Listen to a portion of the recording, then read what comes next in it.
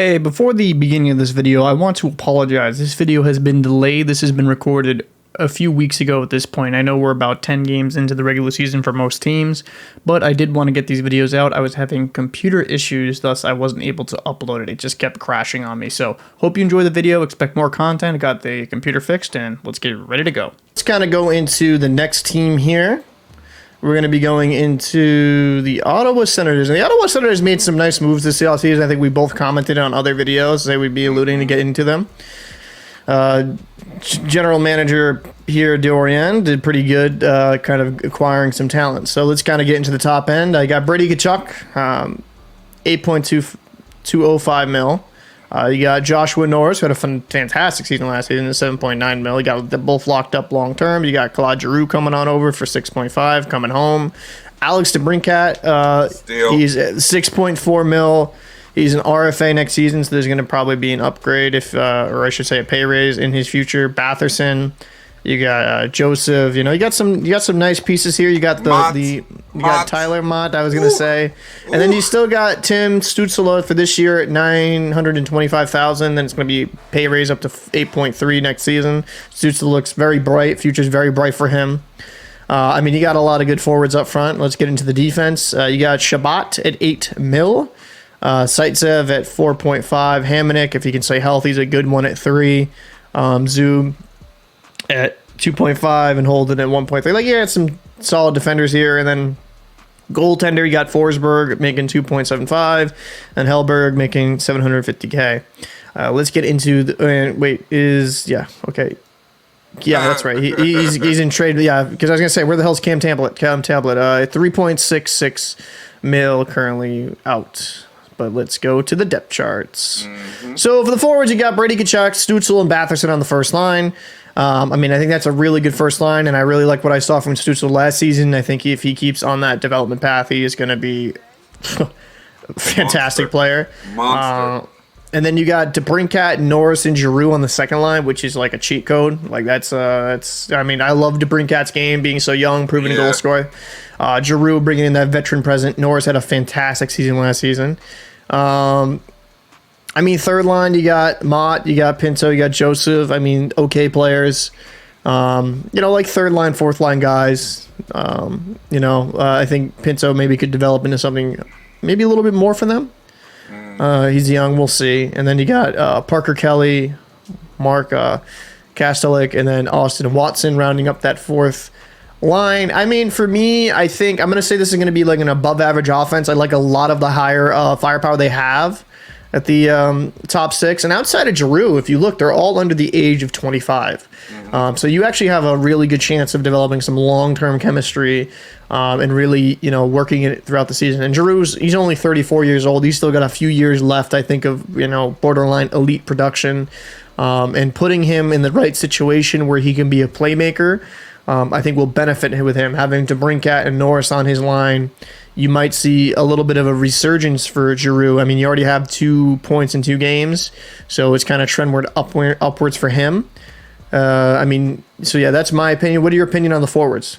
As far as the forwards, I mean, I like what I see here, right?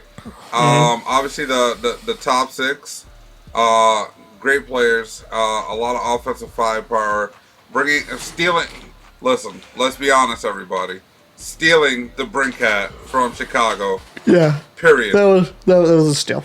That was an absolute steal. I mean, what you guys gave up was garbage to the DeBrincat, right? Yeah. So big move there. Bring in Giroux, an older player that has that rink generalship. He can help guys develop and move along. Like outside of Watson and Giroux, everybody is 25 and under, just besides Tyler Mott. But how you call it? Yeah, I mean, the offensive firepower in the top 6, great. Bottom 6, I mean, I'm gonna obviously I'm a Rangers fan, right? I'm gonna be very honest. Tyler Mott fan. Tyler Mott. Oh shit. Tyler Mott is an elite bottom 6 player. Right. He has skill. He has drive. you are going to be very happy to have that man on there. And he's not just a winger; he can play center. You know what I mean? So he's one of those guys that you're gonna really learn to like. He just plays hard-nosed hockey and has a skill set that top players have. Like, he can deke around, he can make some dekes and stuff like that. And I don't know whether it's been the fact that he hasn't been confident or something along those lines, but it really comes down to that whole scenario. Yeah, it's crazy. I mean, so, yeah. I think they, I think I said, I think they have a potential to be a very good unit up front. Let's get to the defense. You got Shabbat with Zub. Looks like Shabbat. We know what he is at this point, right? Very good defenseman. Kind of should be justifying that cap hit with Sanderson and Hamonic. I mean, Sanderson's got a lot of upside. I mean, I think eventually, maybe in a few years, he could be challenging for that best defenseman spot. I mean, I think there's some upside from the scouting report I read and some from last season. And then Hamonic's a really good defenseman. He can't stay healthy. That's the unfortunate part with Hamonic. I think when he's out there effective, playing his style, very good, very effective. But I do worry about the longevity with him because he'll probably miss some games, obviously, this season. And then you got Eric Brandstrom, another younger defender, with Zaitsev on right defense. And I think Zaitsev for a bottom pairing guy is good enough. I'll say this is kind of just because the Hamonic kind of worries me, not the player himself, but the health. I'm going to say like an average decor, just because I don't know if the next guy up will be good enough to fill a top 4 role. But I could be wrong. So what are your thoughts?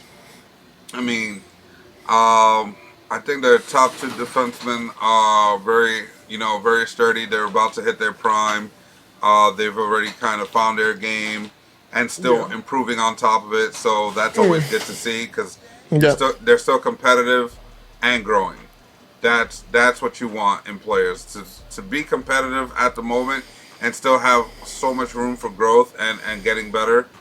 That it's going to be good for them. With Sanderson, they paired him up with Hamonic, and for him, I believe it'll be a really good experience to learn from a guy who's been around for a while, who's played with some really gritty teams. And on the flip side with Hamonic, right? Yeah, he's had his injury issues and whatnot, but is that due to the teams that he played on? If you look at some of the teams he played on, I mean, he played on the Islanders. What do? It's all about grit, getting into those heavy defensive situations and working from the counter and not really going for the offense as much. So that could attribute to a lot of his injuries and things like that. But I think that this is a good opportunity for him to really kind of find a place that he can call home as a team.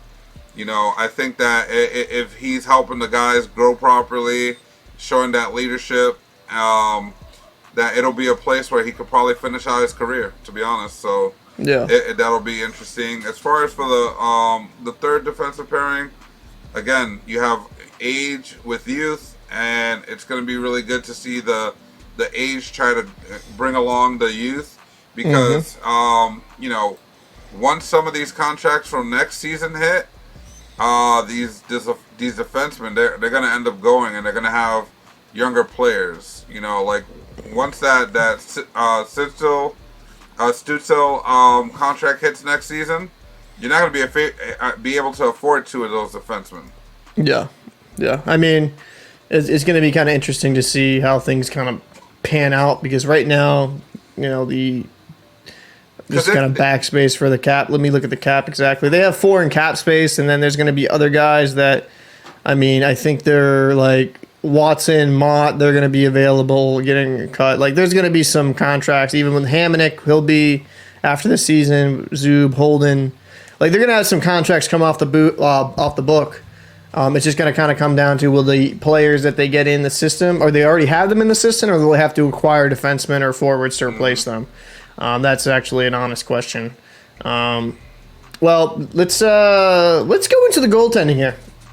Yep. So right now, because let me actually look what's up with Talbot. He's gonna be out for 6 weeks, so he'll miss some a little bit of time here.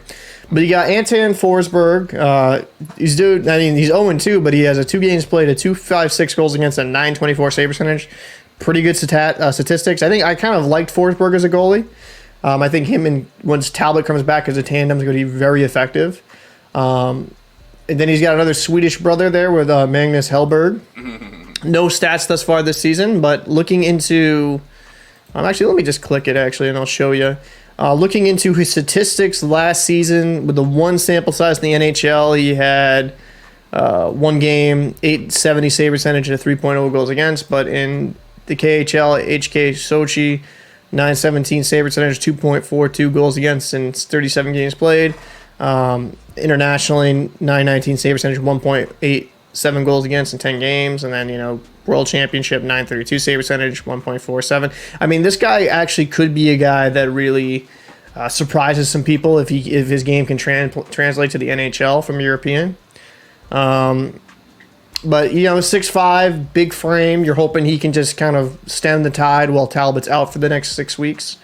And I do think Forsberg and Talbot will be an above-average tandem. Maybe average with Hellberg if it's Forsberg and Hellberg. But, I kind of like this goaltending situation, and it's kind of nice they have a third goalie there in the organization that can give you quality minutes. Mm-hmm. So I gotta agree. I think that once Talbot gets back, Forsberg and Talbot above average goalie tandem. Right now, due to the injury and it being Hellberg and Forsberg, they're just average. Now on that next note, though, those scratches, you have some pretty decent scratches that can help the team when needed. You have a Derek Brassard, Nick Holden. Both guys have been around the block quite a few times. They've moved around, but they're no slouches either. Right. And that's something to keep in mind. Is like, all right, if one of the younger guys on the defense isn't playing right, you have Nick Holden that can come, separate in and give you, high quality minutes. And Derek Brassard, he's another one of those guys. Like I said, he's been around the block, and he just kind of, he knows how to. He has a nose for the goal. He just tends to find his way. It all depends on who he's playing with, but normally when he plays with some speedy guys, stuff like that, he tends to thrive in that. Like his game is really based on his speed. Even at center, right? He's not bad defensively. He'll get down there. He'll do the dirty work. He'll do all that stuff. But I think that the youth on this team, if appropriately put, on his sides, whatnot, I think you'll see a resurgence of his career. Yeah, I think you have a valid point there. I do think they have some nice depth there. And it's always good. You always want to fall back to depth because there's going to be injuries, right? Every team's going to get bumped and nicked throughout the season. So let's get into the Atlantic Division. They finished 7th last season, 82 games played, 33 wins, 42 losses, 7 overtime losses for 73 points. They only finished 2 points behind for 5th. Obviously, there's a big gap between 5th and 4th last season. But I love a lot of the stuff they did this offseason. They brought in a bona fide goal scorer, a playmaker. They really upgraded quite a bit. They brought in Talbot, and once Talbot's healthy, I think you're going to have a formidable tandem with Talbot and Forsberg. And, for me, when I look at them, I could see Ottawa finishing around the 4th or 5th slot. Because I do think they've made some massive improvements. You brought a great goal scorer in DeBrincat, a great overall player in Giroux, who's more of a playmaker. Talbot brings you more, I would say, stability in net.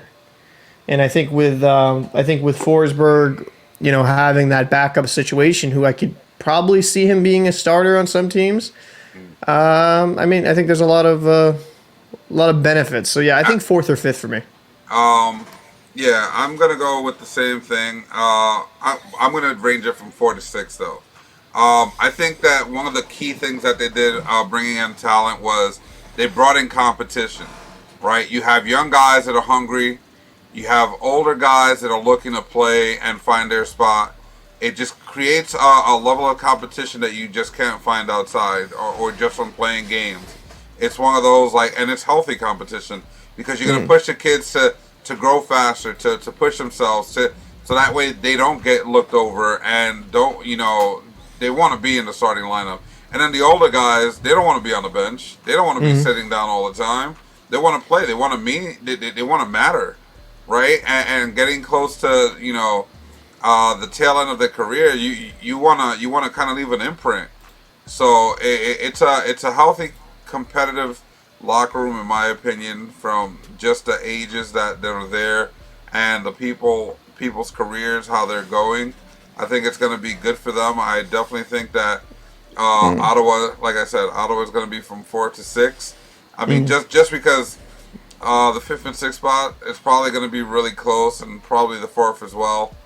So, it's going to be very interesting. But I think, they did a lot of right moves, and they're going to make the biggest jump from where they were last season to this season. Absolutely. I think there's going to be a lot of benefits with Ottawa. I think it's great for the organization to finally give that fan base something to cheer for, because it's been a while now at this point.